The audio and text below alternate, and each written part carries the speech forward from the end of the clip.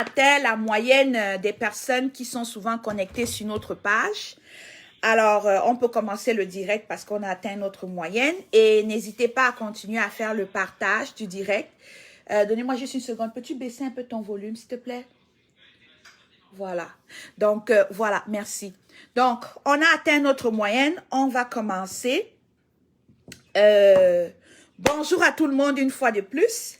Très content de vous retrouver ce jour sur la page des femmes indignées. C'est un direct spécial, hein? Donc ce n'est pas un programme qu'on est en train de lancer. C'est juste un direct spécial que, en tant que femme indignée, j'ai voulu venir partager avec ceux qui ont l'habitude de nous suivre, ceux qui ont l'habitude de nous écouter sur cette page. Comme vous voyez sur le titre de notre direct, nous allons parler de la vacance du pouvoir et de la constitution du Cameroun, ok?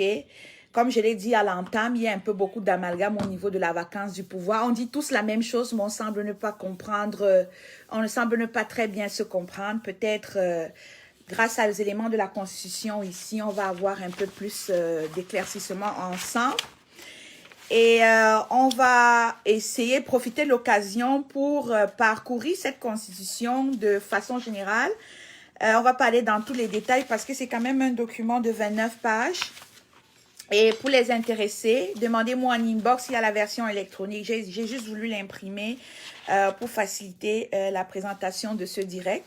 Donc, nous allons principalement parler de ça et parce que la vacance de pouvoir se trouve dans cette constitution. Donc, on ne peut rien faire sans la constitution, que d'ailleurs, j'invite chacun des activistes à en prendre connaissance ou à s'informer davantage parce que ça, c'est comme la Bible de l'activiste, la constitution camerounaise. Bon, ceux qui ont déjà pris connaissance de cette constitution, je pense que vous avez pu le relever en même temps que moi que bien qu'elle a subi une modification, hein, parce que apparemment ici, de ce que je vois, la première constitution a eu lieu le 2 juin 1972.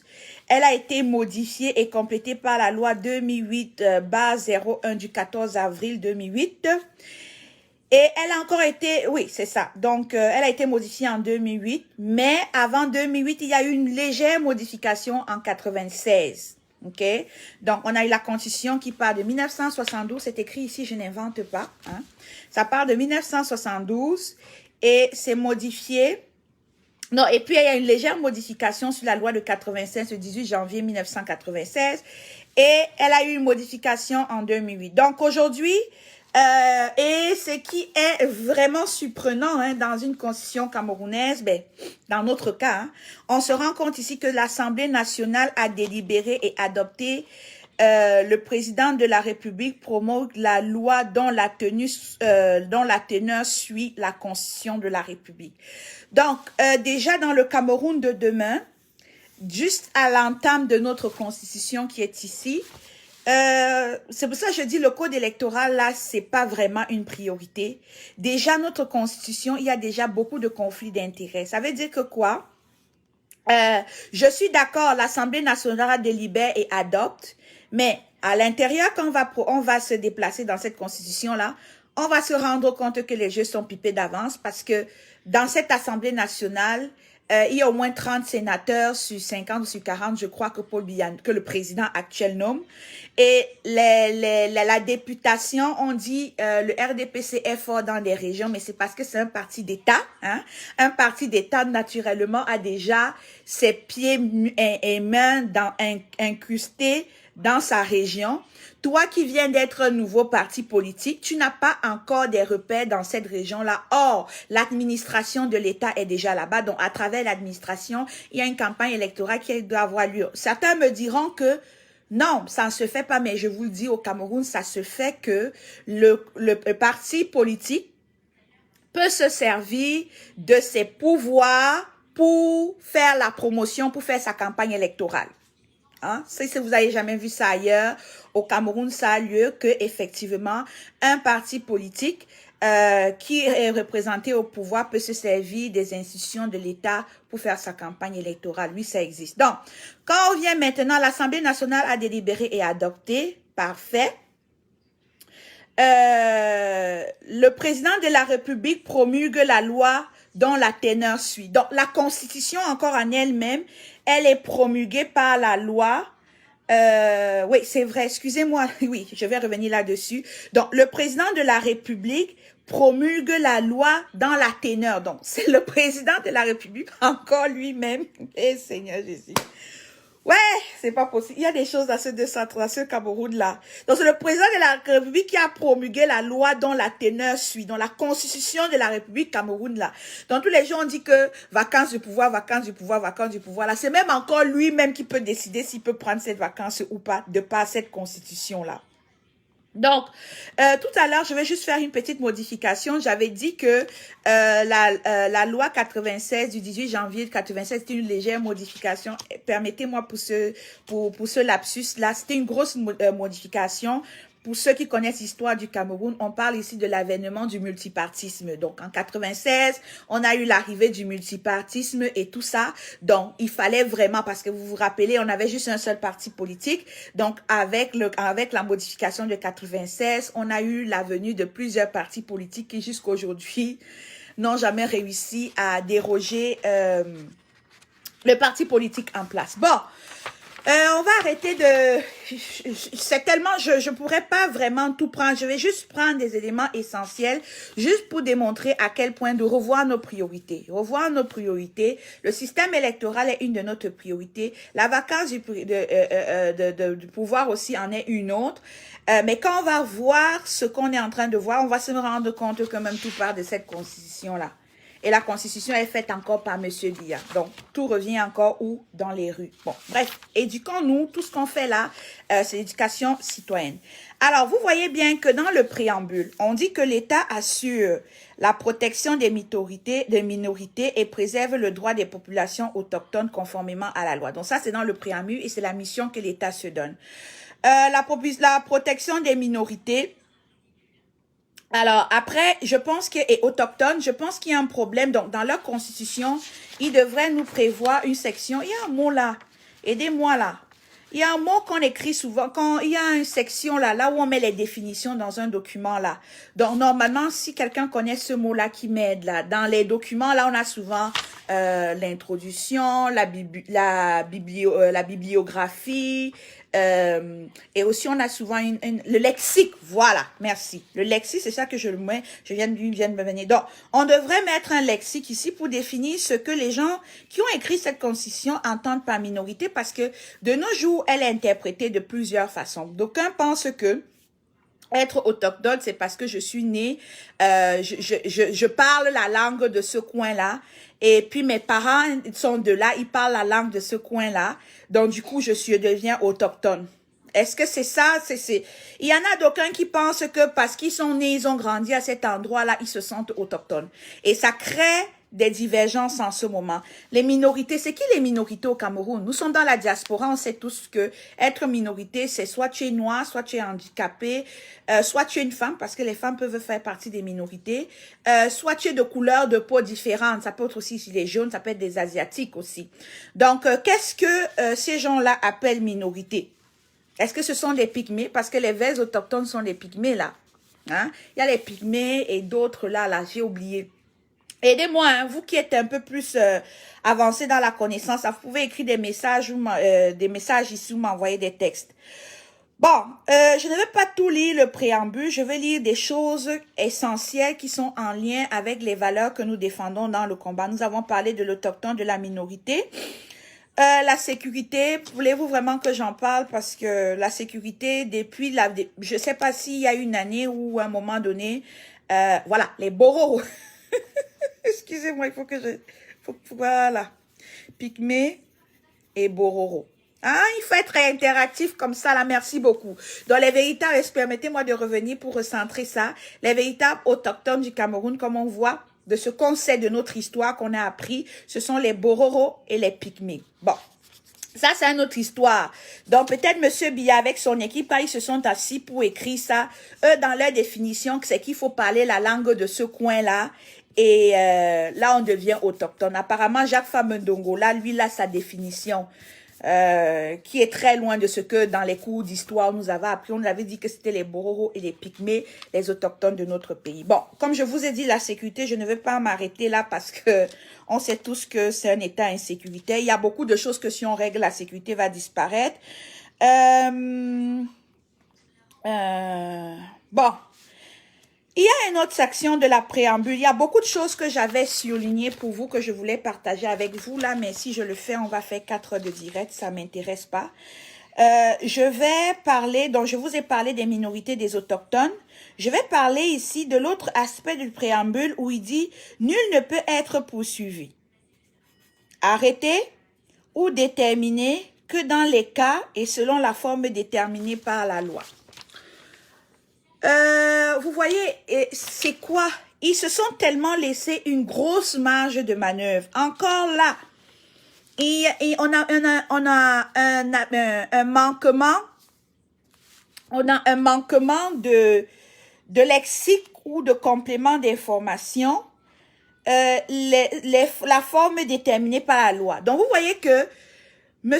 Biya se donne tellement une grosse marge de manœuvre pour pouvoir décider quand il veut de quand, comment arrêter les détenus. C'est pour ça qu'en 2008, il s'est permis de sortir l'autre loi qui dit que toute personne qui organise une manifestation, ça devient une loi si ça devient des terroristes. Donc, parce qu'il s'est permis, dans son préambule de la Constitution, pour dire que nul ne peut être poursuivi, arrêté, détenu, que dans les cas et selon la forme déterminée par la loi. Mais techniquement, là, entre parenthèses, ça veut dire que selon la forme déterminée par moi, monsieur Paul Biya. Bon, voilà encore des... Bon, je vais m'arrêter là pour les préambules. Il y a tellement de choses. Allez regarder, allez lire la Constitution. Vous allez voir tellement de choses là-dedans. Bon, je ne vais pas entrer dans le reste parce que je veux juste piquer les éléments essentiels qui sont en lien avec l'objectif du direct aujourd'hui. Alors, nous allons entrer tout de suite au niveau des différents pouvoirs. Vous avez vu dans... Excusez-moi, dans le direct de dimanche que les filles on a fait avec Madame Augusta Epagna, nous avons vu les différents pouvoirs. Nous avons vu le pouvoir exécutif. Et dans le pouvoir exécutif, là, on voit bien qu'il y a le pouvoir exécutif ici. Et on a le pouvoir législatif. Donc, le pouvoir exécutif, juste pour ceux qui veulent aller pour la référence, c'est de l'article 5 à l'article 13. Et le pouvoir législatif, c'est de l'article 14. Aïe, c'est juste l'article 14. Bon. Et... Ah non, excusez-moi, je voulais y gâter le nom. Non, c'est l'article 14 à l'article... Ah, c'est beaucoup. J'ai failli gâter le nom. À l'article 24. Donc, de l'article 14 à l'article 24, c'est bien décrit beaucoup d'articles là, mais qu'est-ce que vous mettez dedans, c'est ça qu'on va voir. Et après ça, ils sont tellement gentils, hein, ils vont nous démontrer le rapport qui peut exister entre l'exécutif et le législatif. Donc, ils se sont permis quand même. Donc, vous dites que c'est des pouvoirs indépendants, mais on peut se permettre d'avoir un rapport ensemble. Et ensuite, on a le pouvoir judiciaire qui vient à la fin, c'est l'article 37 à l'article 43. Et à la fin, ils vont nous parler de la Cour constitutionnelle qui est venue après, qui est celle qui est supposée déclarer la vacance du pouvoir. Bon, et plein d'autres choses là. Donc, bon, on va commencer par le pouvoir exécutif. Donc, le pouvoir exécutif là, c'est là où on parle techniquement tout le temps, on récite vacances de pouvoir, vacances de pouvoir, vacances de pouvoir.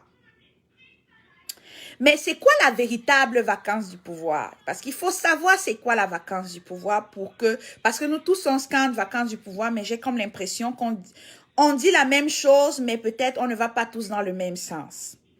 Bon, je vais vous laisser l'article 5, hein, vous pouvez aller le lire, mais ce qui nous intéresse par rapport à le pouvoir exécutif, c'est l'article 6.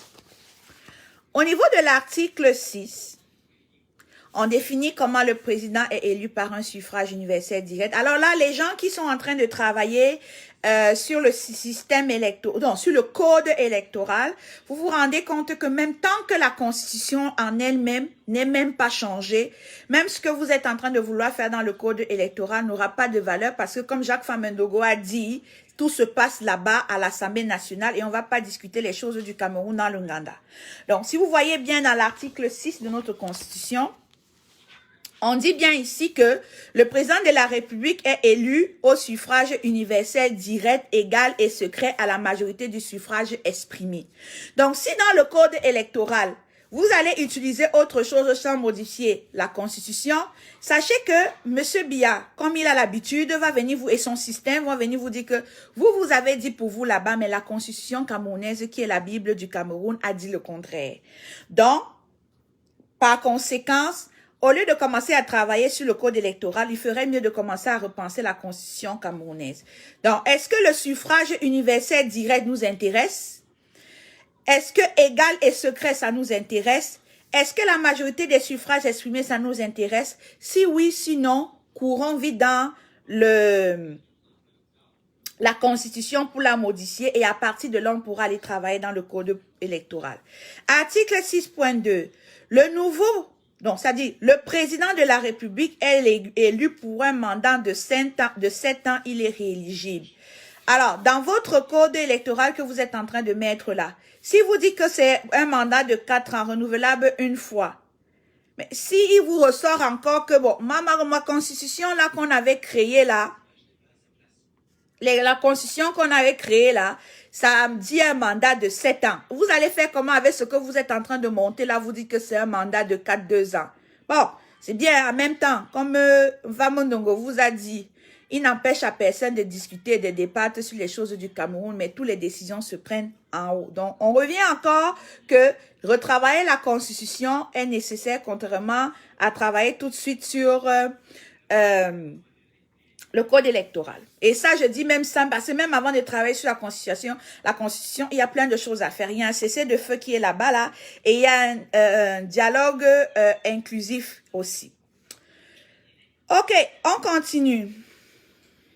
L'élection a lieu 20 jours. Vous voyez, dans la Constitution, on a tout ça, tous les éléments du code électoral sur lequel vous êtes en train de travailler.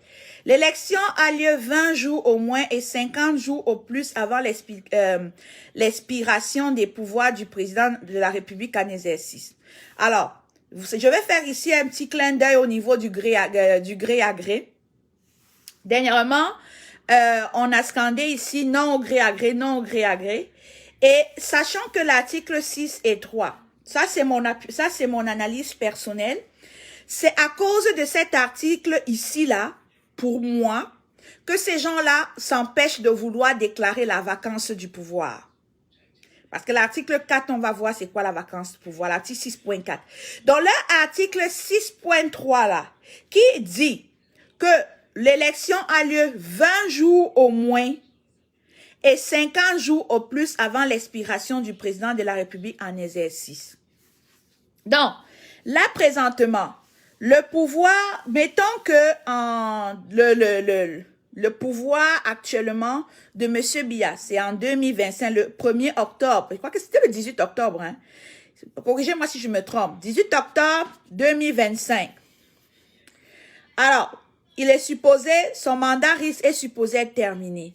Donc, il a minimum 20 jours avant le 18 octobre ou un maximum de 50 jours avant le 18 octobre pour déclencher les élections.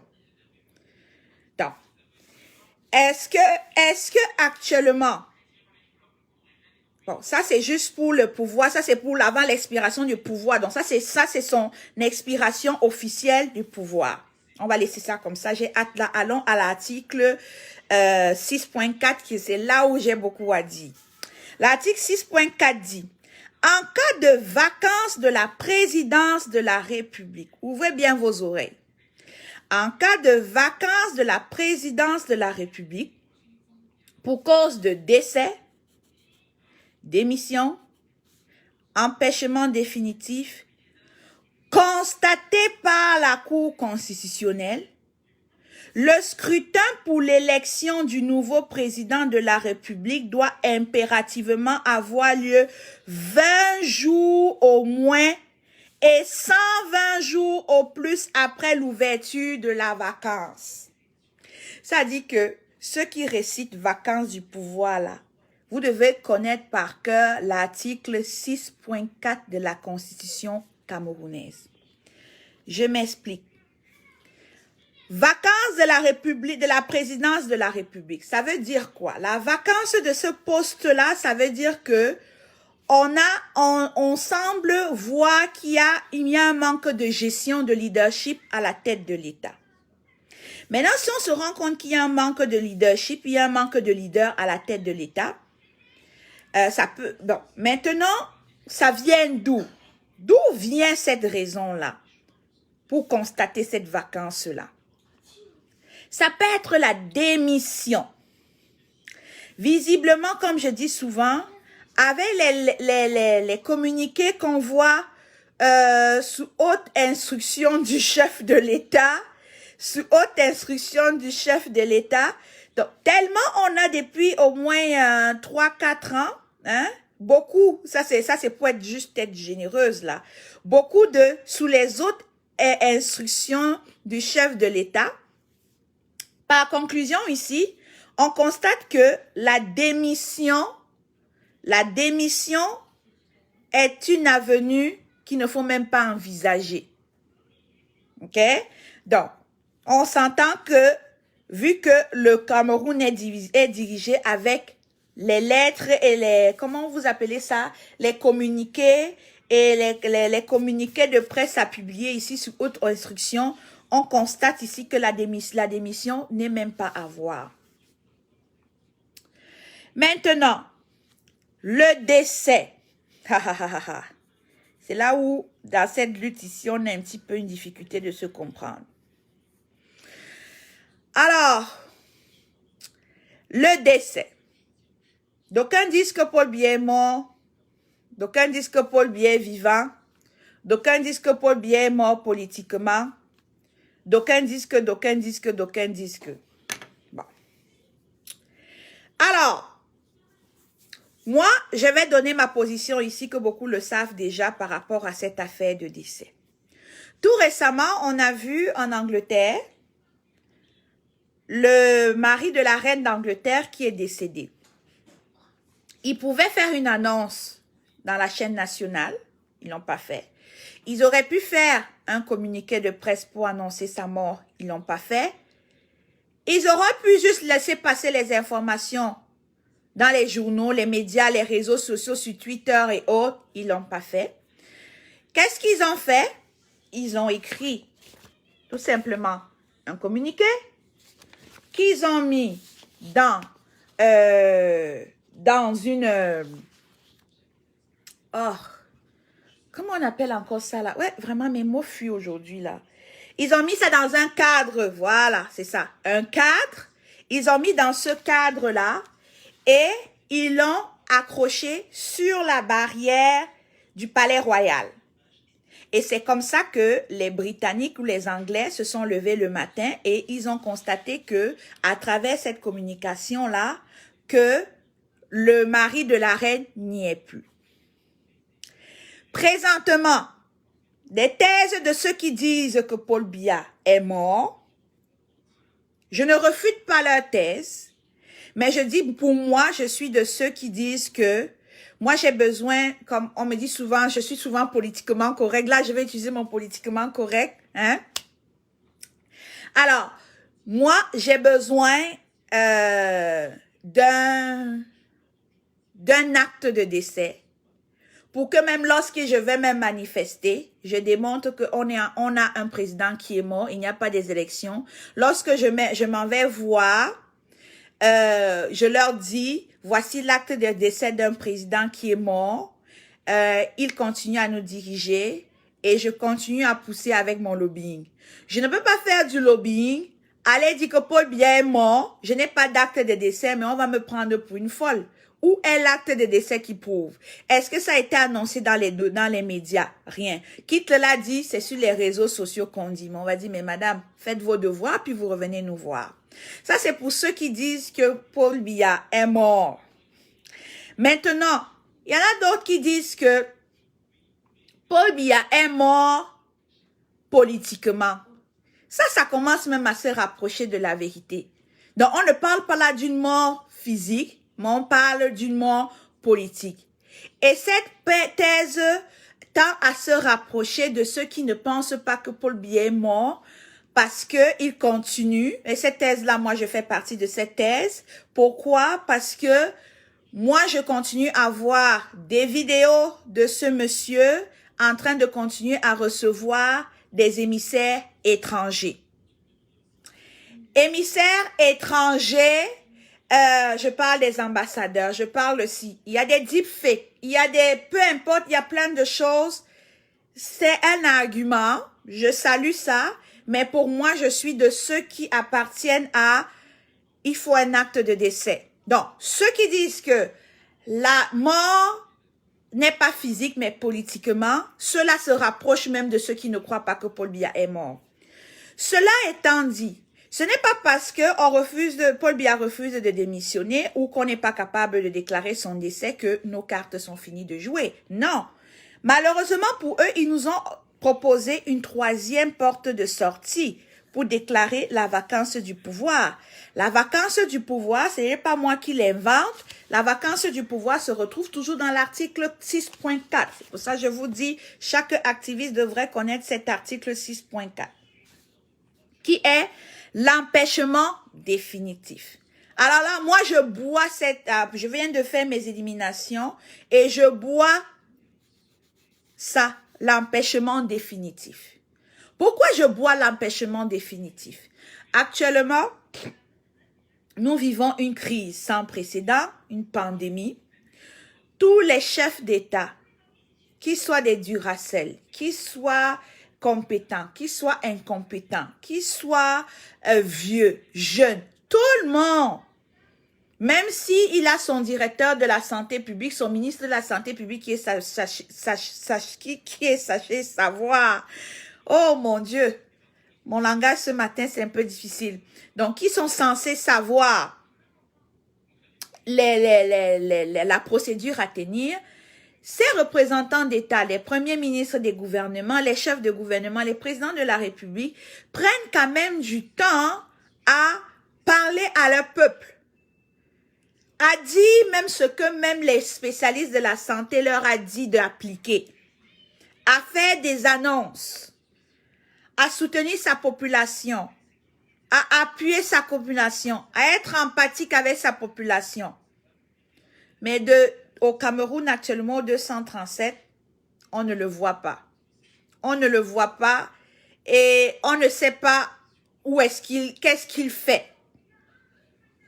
Là, moi, dans ce cas, je parle d'empêchement définitif parce que c'est mesurable, hein? C'est mesurable et c'est mesurable. On peut l'analyser, on peut le voir, on peut l'identifier. Donc, c'est mesurable, cet empêchement définitif. Et je ne vais pas parler des conférences ou des rendez-vous, de quoi que ce soit manqué. Donc, je viens de parler ici de c'est quoi la vacance du pouvoir. Et je viens de vous demander de dire quand est-ce qu'on peut la constater. Maintenant, qui constate la vacance du pouvoir? Ce n'est pas Ida la Camerounaise. Ce ne sont pas les femmes indignées. Ce n'est pas la basse. C'est la Cour constitutionnelle qui la déclare. Le scrutin pour l'élection, non, on va pas arriver là tout de suite. Donc, la Cour constitutionnelle a pour devoir de constater la vacance de ce pouvoir. Mais actuellement, est-ce qu'on pense que cette Cour-là est dans son autonomie, son indépendance, sa capacité, son objectivité de constater cette vacance de pouvoir? C'est tellement visible. On voit tous des papas de 80 ans et plus qui sont là. Donc, visiblement, et qu'on voit que ça dit quand on regarde tout à l'heure, on va voir le pouvoir législatif.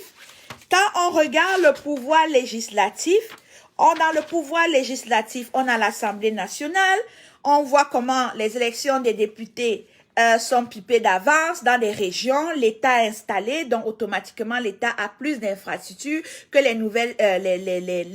nouveaux partis qui tentent de s'y déployer. L'État utilise les ressources de chacun de ces régions reculées. Ils utilisent les ressources pour faire sa propagande. Pour ça, je le dis, ça c'est s'ils ne trichent pas, hein, ça c'est s'ils ne volent pas.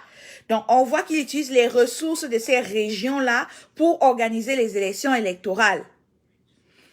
Et maintenant, si on regarde au niveau du Sénat, le Sénat sont représentés par 10 sénateurs, dont 7 sont élus au suffrage indirect sur la part. Donc, sur les sénateurs, de ce que je vois dans la Constitution ici, on est supposé avoir 10 sénateurs. OK? Dans 7, ça c'est l'article 20.2 pour ceux qui me suivent et qui ont leur document. L'article 20.2 dit que on doit avoir 10 sénateurs, dont 7 sont élus au suffrage universel indirect sur la base régionale et 3 nommés par le président de la République. Alors, ceux qui suivent de près ce qui se passe au Sénat, est-ce que même actuellement là, leur article 20.2 s'y est respecté? Vous voulez me dire que Paul Biya seulement nommé 3 sénateurs. Vous parlez me dire qu'il y a seulement 10 sénateurs actuellement. Je pense qu'il y a bien plus que 10, non? Corrigez-moi si je me trompe. Je crois qu'il y a plus que 10 sénateurs actuellement de nommés là. Ou je peux me tromper. Corrigez-moi, hein? Mais je pense qu'il y a plus que 10 sénateurs. Et je ne pense pas que Paul Biya seulement nommé 3. Donc vous voyez qu'eux-mêmes ils ne respectent pas leur propre constitution. À moins que je me trompe. Donc, ça dit qu'on a l'Assemblée nationale qu'on vient de voir qui est contrôlée dans les localités par l'institution d'État, qui des fois il se transforme en parti politique, des fois il se transforme en service public. Donc, on a ces deux organes qui sont représentés à l'Assemblée nationale et sur qui on veut compter. Bon, on va me dire la Cour constitutionnelle n'a rien à voir. Mais si je reviens au niveau de la Cour constitutionnelle, ils disent ici à l'article 46 que le Conseil constitutionnel est l'instance compétente en matière constitutionnelle. Il statue sur la constitutionnalité des lois. Il est l'organe régulateur du fonctionnement de l'État. L'article 47, les conflits d'attribution entre les institutions de l'État, entre les régions, et voilà. Moi, ce qui m'intéresse ici, c'est l'article 48 de la Cour constitutionnelle qui dit « Le Conseil constitutionnel veille à la régularité de l'élection présidentielle, des élections parlementaires, de la consultation référendaire et en proclame les résultats. » En cas de contestation de la régularité de l'une des élections prévues, l'article 48, là, ça c'est vraiment je vais vous laisser lire ça. Ça, c'était quand je voulais vous parler de ça, quand il y avait fraude d'électorat. Je voulais démontrer l'impartialité de la Cour constitutionnelle. Ce qui m'intéresse au niveau de la Cour constitutionnelle, c'est son pouvoir à déclarer la vacance du pouvoir.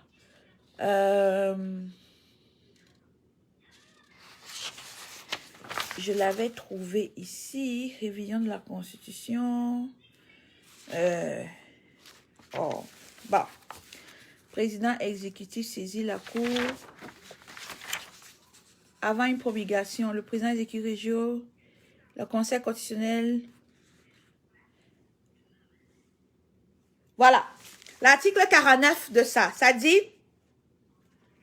dans tous les cas de saisine, le Conseil constitutionnel statue dans un délai de 15 jours. Toutefois, à la demande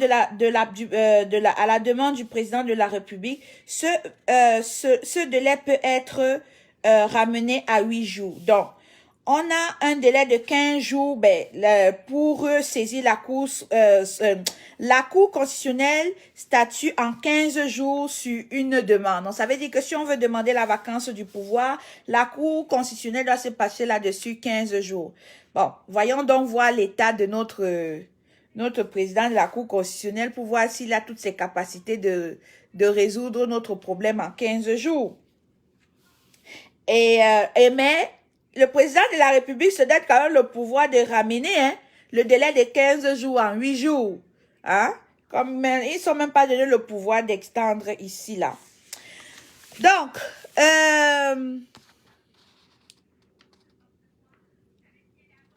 oh, voilà. L'article 51 de la Cour constitutionnelle, là, peut-être, ils vont dire que, mais madame, là, vous sautez vite. Dans l'article 51, ils disent donc que la Cour constitutionnelle comprend 11 membres désignés par un mandat à 6. Donc, j'essaie de voir la différence entre leur article où ils ont dit ici que c'est 10. Vraiment, même leur couleur, ça se peut que c'est moi qui ne lise pas bien. Mais ils ont dit ici à l'article, combien là, que c'était... vraiment, excusez-moi, hein, c'est parce que vraiment... Ah, le 237 là... C'est quelque chose. C'est vraiment quelque chose. Moi, juste une seconde là. Pour parler des pouvoirs judiciaires ici. Alors que, voilà. Ils disent ici que...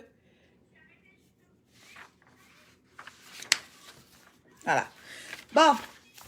Ils disent qu'ici, ça comprend 11 membres et 6 ans renouvelables. Alors que dernièrement, ils ont dit que c'est 7 qui sont nommés et 3 sont nommés par le président et 7 par suffrage,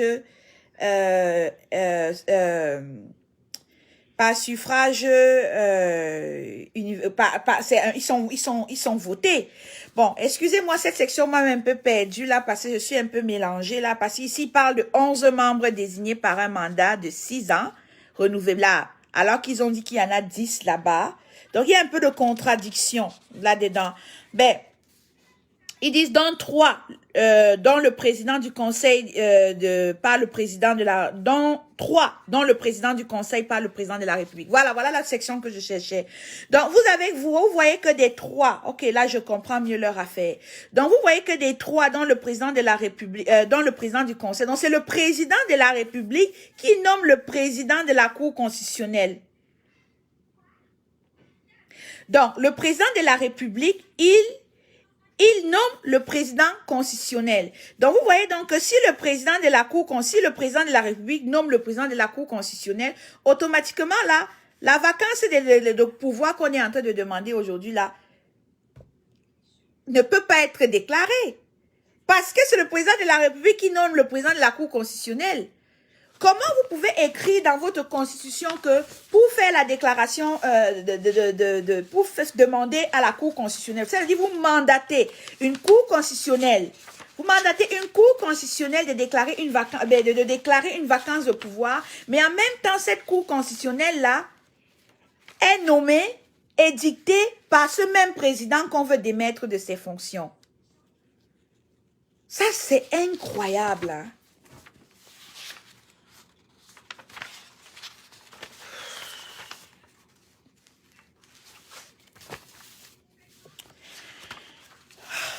Bon, laissons le point là comme ça là. Passons maintenant, moi voilà, c'est ici que je vous l'ai dit tout à l'heure que je suis d'accord, je vais faire un clin d'œil ici au gré à gré. Le scrutin pour l'élection du nouveau président de la République doit impérativement avoir lieu 20 jours au moins et 120 jours. Non, lorsque la vacance du pouvoir est déclarée, on a entre 20 et 120 jours pour organiser les élections. Maintenant, actuellement là, pourquoi ils ne peuvent pas déclarer son décès? Pourquoi ils ne peuvent pas démissionner? Pourquoi on ne peut pas parler d'empêchement définitif? Parce que présentement, ils savent exactement qu'ils ont entre 20 et 120 jours pour organiser les élections d'après leur constitution. Et entre 20 et 120 jours, il faut qu'ils s'assurent qu'ils aient déjà leur prochain champion. Alors, c'est pour ça que dernièrement, ils essaient de vouloir jouer au gré à gré. On voit ici, non, Franck Biya va être ici. Oh non, il va tel avoir ici, il va avoir telle personne ici, il va avoir telle personne là. Donc, on se rend donc compte que le 20 à 120 jours qu'ils ont lancé ici, Ils ne peuvent pas le respecter. Voilà pourquoi ils se cachent sous les causes de laisser pourrir la rumeur du décès, nous laisser avec les instructions du chef de l'État, nous laisser avec les causes d'empêchement définitif. Donc, juste avec l'article 6.4 que je viens de regarder ici avec vous, ça a fait le tour de notre direct, tout en faisant un lien avec notre Constitution. Maintenant, une chose est de dénoncer tout ça. Ça va être quoi maintenant les solutions? Moi, je passe à la phase des solutions. Permettez-moi de prendre un verre d'eau. Bon, c'est bien beau de dénoncer là. C'est bien beau de s'indigner. Mais maintenant, il faut passer à la phase des solutions. Maintenant, à la phase des solutions, premièrement, la seule chose que je demanderais, première des choses que je demanderais à tout activiste, c'est prendre connaissance de cette constitution-là. Ça, c'est, vous allez voir, c'est là où on va dire, permettez-moi l'expression, on se fout de notre gueule. Vous comprenez un peu là? Cette constitution-là, techniquement là, excusez-moi, j'ai beaucoup de respect pour mon pays, mais celle-ci là, en particulier celle-ci, qui a été autorisée par un président de la République là, donc tous les pouvoirs tournent autour de lui là. Vous savez où est-ce que ça devrait partir, celle-ci? Dans la poubelle. Mais, avant qu'elle ne parte dans la poubelle, qu'est-ce qu'il faut faire? Déjà, prendre connaissance d'elle. Ensuite, voir les manquements qu'il y a dans cette constitution, les conflits d'intérêts, les abus de pouvoir, s'inspirer d'elle pour bâtir une nouvelle constitution qui va nous permettre de vraiment lancer un jeu politique dans notre 237. Donc, j'entends, comme je vous ai dit au début, il y a des personnes qui sont parties dans le code électoral. Travailler sur le code électoral. Ce n'est pas une mauvaise chose. Ce n'est pas une mauvaise chose, mais on ne met pas nos priorités à la bonne place. Parce que le code électoral, s'il n'est pas en lien avec cette constitution ici-là, elle va, au lieu que c'est celle-ci qui va dans la poubelle, ça va être vos suggestions-là qui vont aller dans la poubelle. Donc, première des choses, prenons connaissance de notre constitution. Deuxième des choses, commençons à travailler sur la modification, une proposition de modification de cette constitution parce qu'à l'intérieur, il y a des éléments fondamentaux pour le code électoral. Maintenant, ça c'est l'aspect à long terme que je propose ici. C'est des solutions à long terme et qui doivent être régulières. L'autre solution que je propose maintenant, c'est, je vais revenir avec un de nos invités qui parlait de Aristide qui était sur notre plateau dernièrement, l'éducation citoyenne. Faisons des directs comme ceci là. Il y a beaucoup de Camerounais qui ne connaissent pas la citoyenneté, l'éducation citoyenne de leur pays. Moi, ce n'est pas ma spécialité. Je ne suis pas une politicienne. Moi, j'ai appris tout sur le tas. Vous voyez, il a fallu que je lise, que je me fasse des traits pour comprendre. C'est pas tout le monde qui a ce temps-là de prendre pour lire, pour faire des recherches. Si on est un leader, on a la capacité de faire des directs. Essayons de faire des recherches sur nos thèmes. Utilisons des thèmes qui vont permettre à ceux qui nous écoutent de s'édifier, d'apprendre. Parce que c'est sûr que nous, on est là dans du Paul Biya must go. Paul Biya doit partir. Mais ça, c'est parce que nous, on a compris pourquoi il doit partir. On a encore plein de compatriotes qui ne comprennent pas pourquoi est-ce que Paul Biya doit partir. Ils vont vous dire, quand tu vas leur dire, vous n'avez plus d'eau à la maison, ils vont nous dire que toi-même, quand tu habitais ici au Cameroun, est-ce qu'il y avait l'eau tout le temps? Est-ce qu'il y avait l'électricité tout le temps? Donc, je pense qu'il faut vraiment que, si nous tous les activistes, on se met ensemble, on travaille là-dessus sur l'éducation citoyenne. Éduquer nos peuples. Enseignons-leur. Peut-être pas enseigner, mais les sensibiliser sur la chose de leur pays. Par exemple, c'est bien banal, hein, les sujets. Tu peux juste leur dire pourquoi c'est important de ne pas tout le temps jeter les ordures dans la poubelle. Oh ben moi je vais arrêter de jeter, mais l'autre va jeter, puis pourquoi moi ça va pas? Non. Pourquoi c'est important? Comme je vais emprunter l'expression de Maurice Kamto qui dit chacun fait sa part. Si déjà chacun parmi nous dit mon pot de banane là, je vais le garder avec moi, je vais le jeter dans la poubelle à la maison, tu as fait ta part. Et tu essaies de sensibiliser. Vous pensez qu'aujourd'hui, on a dans les pays développés ici, les poubelles de compost, les poubelles, le compost, il y a le compost, il y a le plastique, il y a les cartons, il y a les papiers. C'est pas arrivé comme ça. Ça a été un travail de longue haleine. Donc, c'est des sujets banaux comme ça. Expliquez aux gens, il y a des gens qui pensent que marcher, c'est un crime. Pour eux, là, ils se disent que quand tu marches dans la rue, c'est un crime. Mais non. Il faut qu'on leur explique, on leur fait comprendre que lorsque tu vas dans la rue pour manifester, pour t'indigner, c'est juste pour démontrer ton ras-le-bol. Démontrer ton ras-le-bol, ce n'est pas être contre tes institutions. Puisque dans leur même constitution, c'est écrit que vous pouvez manifester. Manifester est un droit. Ils l'ont mis dans leur constitution. Donc, il faut expliquer à ces personnes-là que quand tu t'en vas manifester, tu ne manques pas de respect à ton père Paul Biya, à ton Jésus Paul Biya. Tu ne lui manques pas de respect. Tu es simplement, c'est une façon pour toi de te faire voir parce qu'il ne peut pas venir te voir dans ton village là-bas. Et tu n'as pas accès à Internet pour faire des directs comme les nous autres. Tu lui dis simplement à ces personnes-là que quand tu vas manifester là, c'est seulement pour que ton père Paul Biya constate que là où tu es là, c'est chaud sur toi et que tu as besoin d'aide. Donc, il faut sensibiliser les gens là-dessus. Il faut les éduquer là-dessus.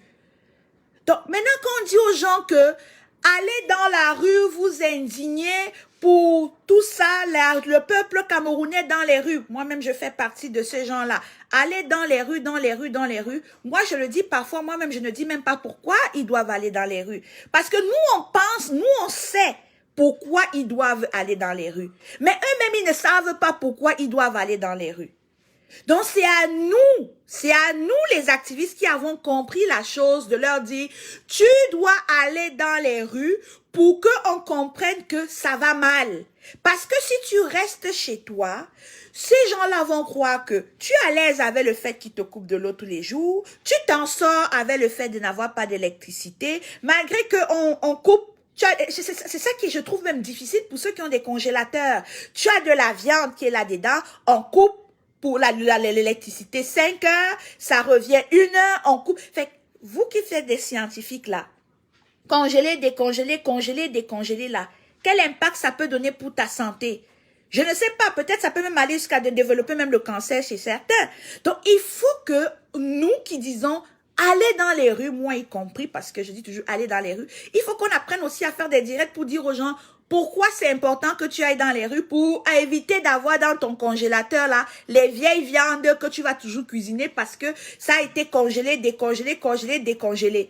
Et toi qui ne pars pas dans les rues pour t'indigner, pour l'eau qu'on coupe, l'électricité qu'on coupe, ces gens-là ne se gênent pas, hein? Ta facture d'électricité qui arrive est pareille.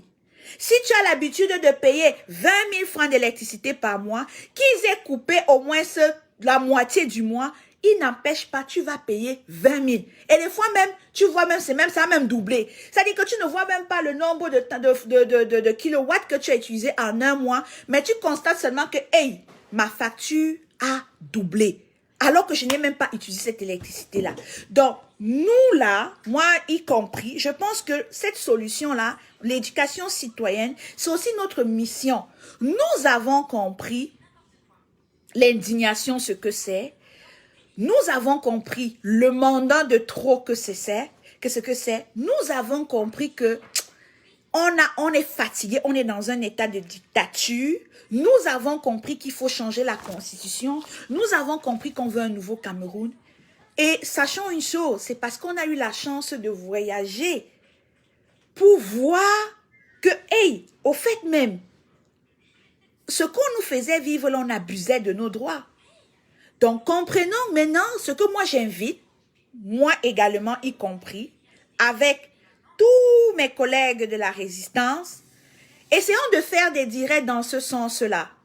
Ne leur arrêtez, parce que ça fait 3 ans qu'on dit, allez dehors, allez manifester, allez, ils le font pas. Bon. Beaucoup parmi vous, dont moi, on veut une révolution pacifique. Hein?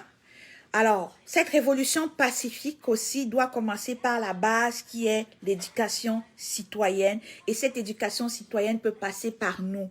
Utilisons nos pages, utilisons nos visibilités, utilisons tout ce qu'on a pour amener ces gens-là à comprendre ce que nous avons vu parce que nous avons quitté le 237. Eux, ils sont au 237. Ils n'ont pas d'éléments comparables. Nous l'avons, partageons de jour en jour cet élément comparable pour les sensibiliser dans ce sens-là. Moi y compris, je le précise encore. Donc, ça, c'est une autre solution.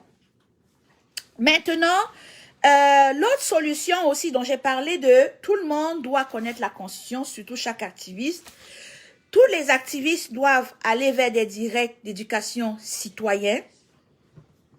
Et maintenant aussi, continuons à maintenir la pression. Nos manifestations que nous faisons dans la diaspora, on est tous conscients que au 237, tout partira de là. Mais disons-nous que toutes les actions que nous faisons aussi dans la diaspora impactent également le 237.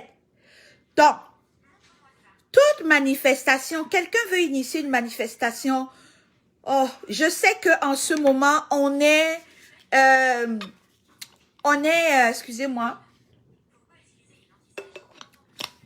la mutualisation des forces n'y est pas. J'en suis conscient. Mais à un moment donné, on ne demande pas à tout le monde de travailler ensemble, mais au moins de mettre l'intérêt du 237 en avant.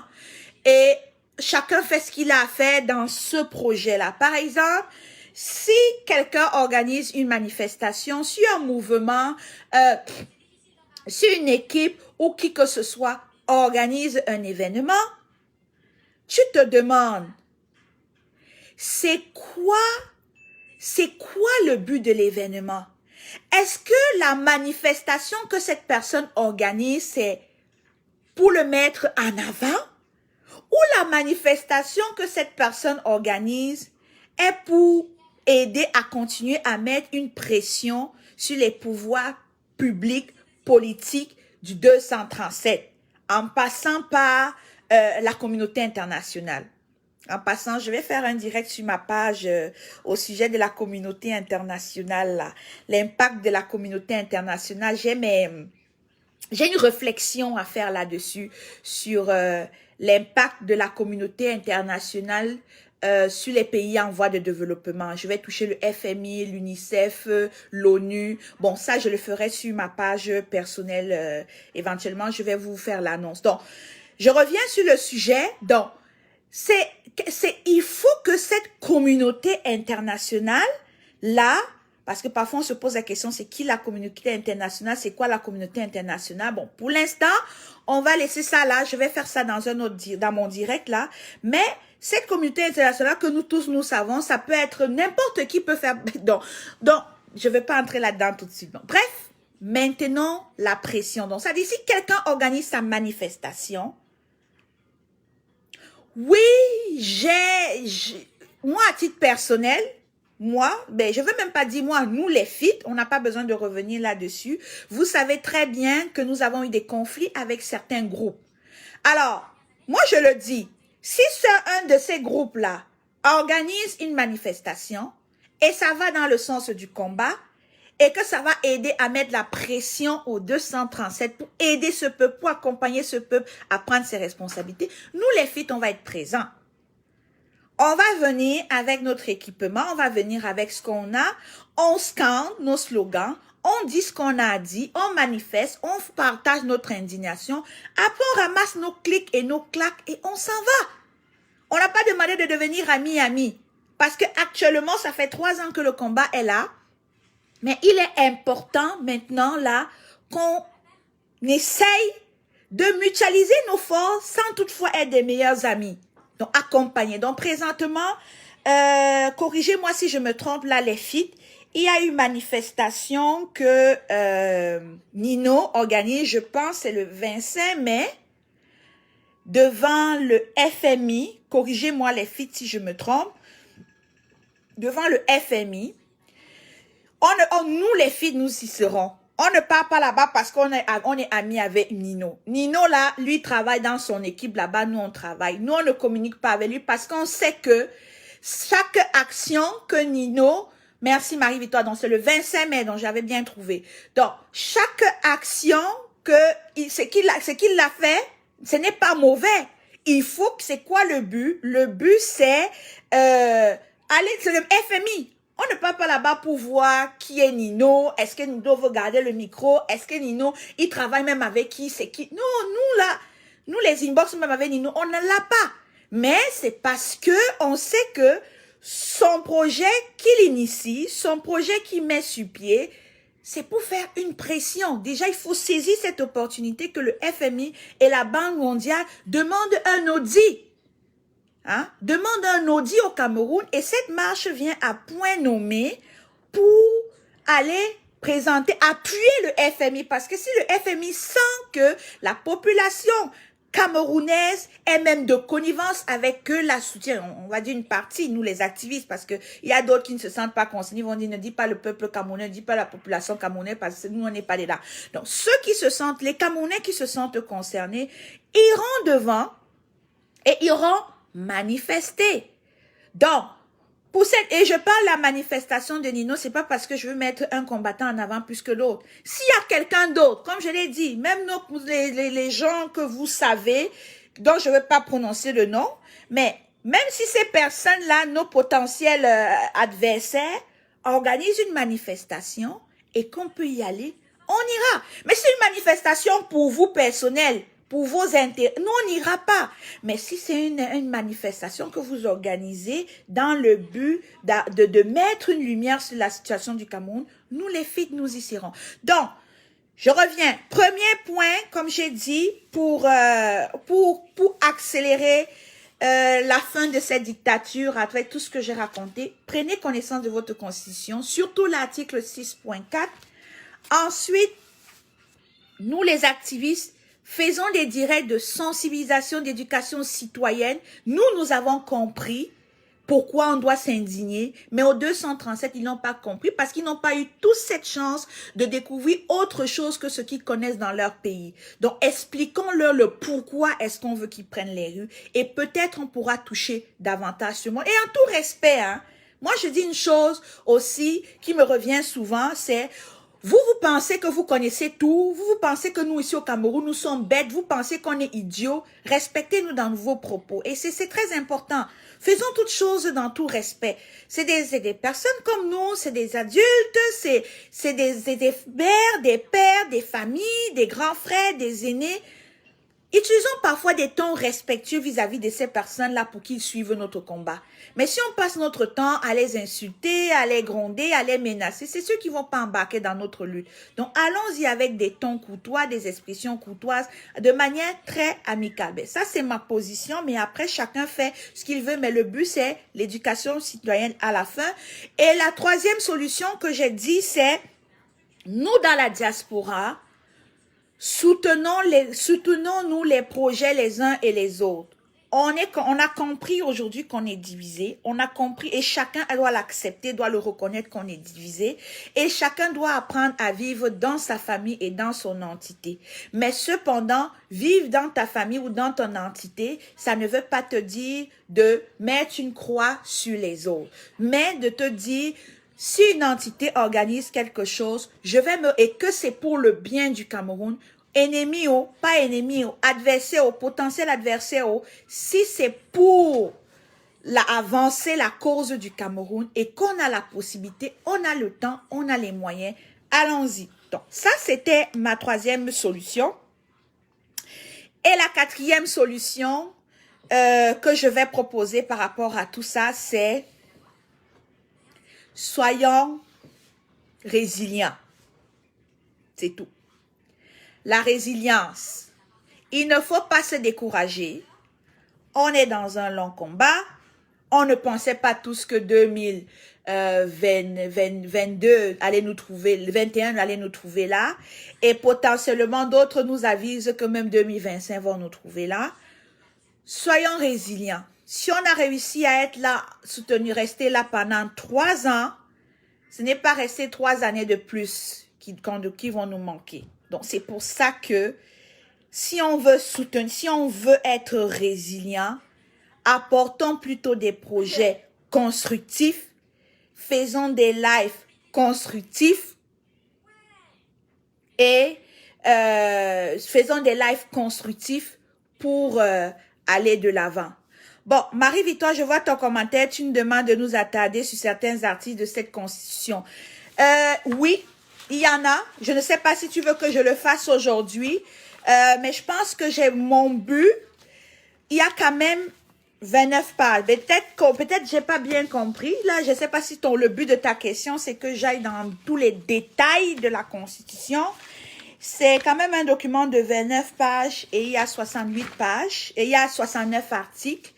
Et si je commence à passer au travers de chacun de ces articles-là, déjà, je ne pense pas que je vais maintenir mon audience qui est là. Ils vont tous partir parce que j'ai juste tiré les points essentiels qui sont à jour avec la lutte.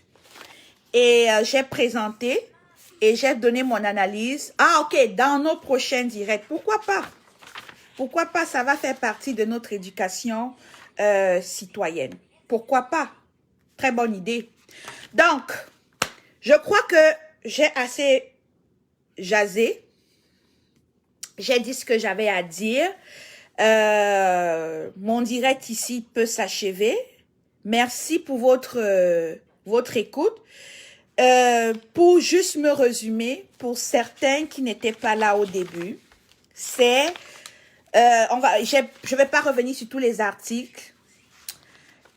Donc, ce qu'il y a, c'est l'article 6.4. Donc, l'article 6.4, c'est le cœur de notre combat. Donc, prenez connaissance de l'article 6.4 parce que là-dedans, on parle justement de cette vacance de pouvoir. On parle justement de cette vacance de pouvoir. Et ça nous dit, c'est quoi la vacance du pouvoir, quand l'a déclaré, qui la déclare et c'est quoi le processus lorsqu'elle est déclarée. Prenez connaissance de cet article et on a fait la différence entre le décès du président, la démission du président et son empêchement définitif. Donc, c'était vraiment un direct pour recadrer les choses sur la vacance du pouvoir ne se résume pas juste à la mort de Paul Biya. Non, il y a plusieurs éléments là-dedans qui englobent la vacance du pouvoir. Et à l'issue de ça, j'ai proposé des solutions pour aider au Cameroun, pour le Cameroun de demain, dans la priorité. Prendre connaissance de cette constitution. Marie-Victoire propose de le faire dans les directs. Il y a Marie-Lou qui propose de faire ça dans les plateaux. La constitution, là, quelqu'un peut juste s'asseoir, il se lève, il lance son direct, juste un seul article, là, peut te faire un direct. Le plateau, on peut décider, on s'assoit, on choisit même juste un seul article, fait le thème d'un plateau. Il y en a 69. Donc, peu importe la façon ou le moyen de présenter cette constitution, le plus important, c'est arriver au point 2, que j'arrive de la solution, qui est la sensibilisation citoyenne. La sensibilisation citoyenne, c'est vraiment amener le peuple à comprendre notre résistance. Comme certains parlent de résistance, d'autres parlent de révolution. Donc, on a tendance à croire qu'on ne se fait pas écouter au niveau du 237, mais pour eux, ils se disent qu'eux, ils sont à l'aise parce qu'ils n'ont rien découvert d'autre que ce que eux, ils connaissent là-bas. Nous, on voit la différence parce qu'on est ici et eux, ils sont là-bas. Donc, c'est à nous, justement, de faire une éducation, une sensibilisation, mais dans un respect très important Parce qu'on a beau être en train de faire cette sensibilisation, mais si on est en train de les insulter ou de leur manquer de respect, c'est ceux qui vont pas nous écouter. Le plus important, c'est de les avoir de notre côté pour qu'ils puissent nous écouter et prendre leurs responsabilités citoyennes. Et en troisième solution, j'ai parlé du travail ensemble. C'est pas parce qu'on travaille, de travailler sur des projets spécifiques, mais on ne devient pas des amis. OK? Donc, si quelqu'un organise un projet intéressant, il propose au peuple de la résistance, sans arrière-pensée, chacun prend ses clics et ses claques, il va porter son soutien à cette personne-là. Et ensuite, ma dernière solution, c'est la résilience dont j'ai parlé. Soyons résilients.